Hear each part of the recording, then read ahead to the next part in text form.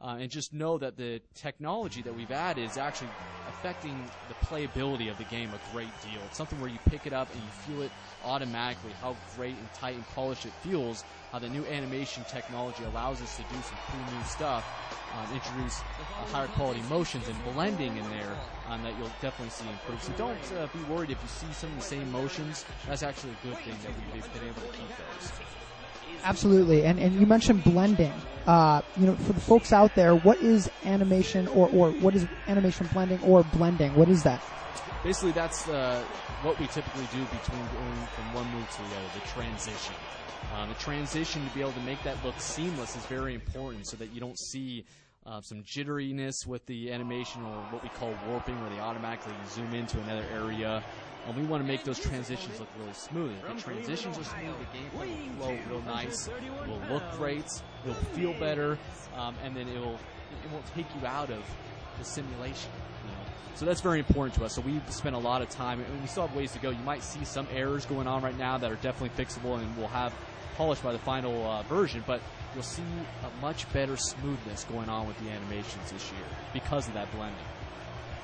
Cool. So tell us a little bit about some of the visual upgrades that we're seeing. A lot of the people out there, unless they were at E3, some of them are asking and saying, it looks a little bit different, but I still see some resemblances to the SmackDown vs. Raw franchise.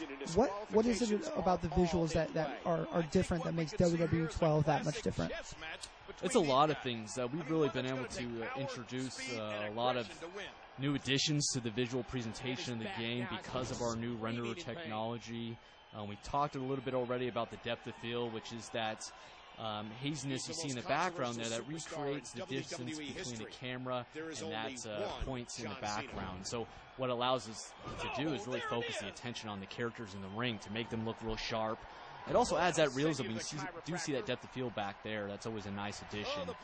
Also with the character models, we've been able to introduce higher res textures on the models themselves, so we get a lot more detail in the skin. You'll see cool things like freckles or scars or things like that bring to life that true look of the character and really brings out that detail, which is really important.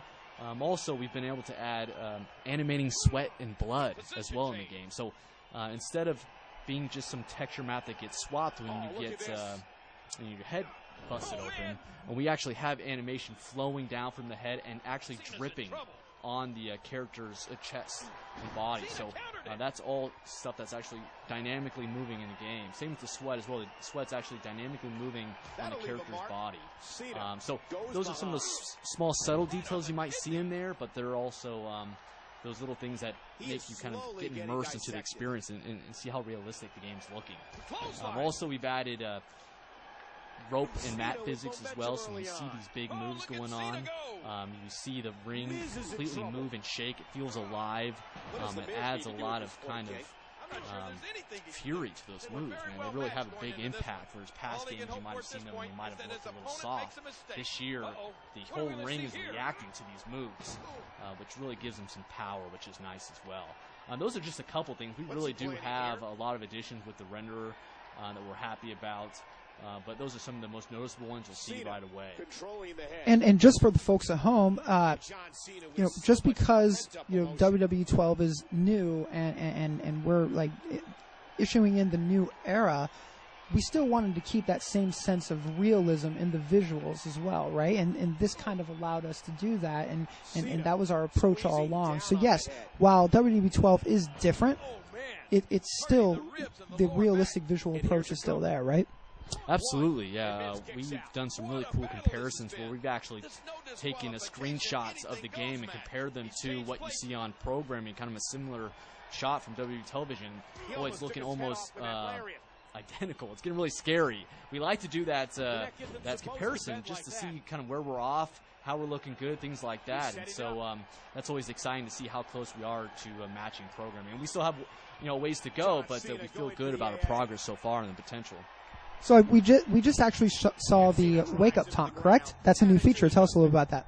Yeah, the Wake Up Taunt is pretty cool. Basically what we can do is now you can summon your opponent off the mat when you have a finisher and you have them kind of stumble right into your clutch to set up that big dramatic finisher moment, which is really cool. So every superstar will have a wake-up taunt ability. It's not what we traditionally call an ability in the game. Actually, we're going to give it to everyone, so there's no worry about that. I know a lot of people have been asking about that. So we definitely will make sure everyone has that. And then, it's great for setting up your finisher because we give you a lot of advantages in the game where basically because you did a wake-up taunt, obviously you don't have to worry about being reversed because you have to lift up your opponent. Also, you don't have to worry about being reversed because we give you advantages such as it's harder to reverse. It's about 50% more difficult to reverse that move. That'll do some damage. Rated R Dynasty 217 says, my question is, for the move interruption, is it just where you get hit and fall, or a legit breakup in the move? Like Cena from behind. We do a break of the animation so that it looks clean and it blends nicely. So whenever, let's say, for instance, John Cena is doing an attitude adjustment, he has the guy up on his shoulders, and you come up from behind and hit it, he'll actually knock the guy off the top of his shoulders, and they'll both go to kind of a semi-groggy state. So we don't really transition to another move because that adds all these kind of complexities about does the guy have that move in his moveset and so forth, and making sure all those blend nicely. We do a nice little break animation for all those moves. Great. Oh, his body has to be broken right now. Look at the eyes of John Cena. The expression on his face here is very clear. He's in big trouble. We try to... I believe so. We try to make sure that a lot of the moves that you are doing against a standard opponent make sense. But I think we do still have some of those moves in there. I'm not 100% sure, so I'd have to double check for that question. But I believe we still have that. This has been physical. Great. So, obvious difference from before to now, we see health meters. And they're not even really health meters. What is it? Tell us what we're seeing down at the bottom of the screen and how do you interact with it? What does it do? Yeah, absolutely. The HUD down there is your fill gauge for your finisher. And so we changed it from a momentum gauge, which we had in the past game, that actually grew and shrank depending on how well you did in a match. If you had moves done on you, you lost some momentum. If you did moves, you gained some. What we found was that wasn't very competitive because if someone's on a hot streak, they can basically force you to lose majority of your progress towards a finisher. Now you never lose the progress that you had in there. And you can continue to store it up so that you can save your finisher. Sorry, I have Miz in me. He's crawling to his ropes there. He's trying to get a rope break. Reach for the ropes. Got it. He's still going. So I see when you go to run, the adrenaline pops up, and tell us a little about adrenaline and what the adrenaline meter indicates. Yeah, absolutely. And a couple of things I want to mention on the momentum fill gauge is that we also added the ability to store multiple finishers in there, which isn't an ability. Everyone can do it, so you can store more than one finisher. The adrenaline meter is a meter that kind of governs how long you can run for. Kind of similar to our stamina system in the past. Basically, as you're holding the run button down, your adrenaline meter will drain, and once you reach at the end there, you won't be able to run anymore. We don't do anything like make you fall down or anything that was kind of annoying in the past systems. What we do is we just force you to start walking at that point. Also, if you are being Irish whip, it won't take away from it as well. If you're Irish whip, you still will run even though your adrenaline meter is empty. So that is basically game designer Brian Williams' way saying to Greg Miller, "You can't see me," right?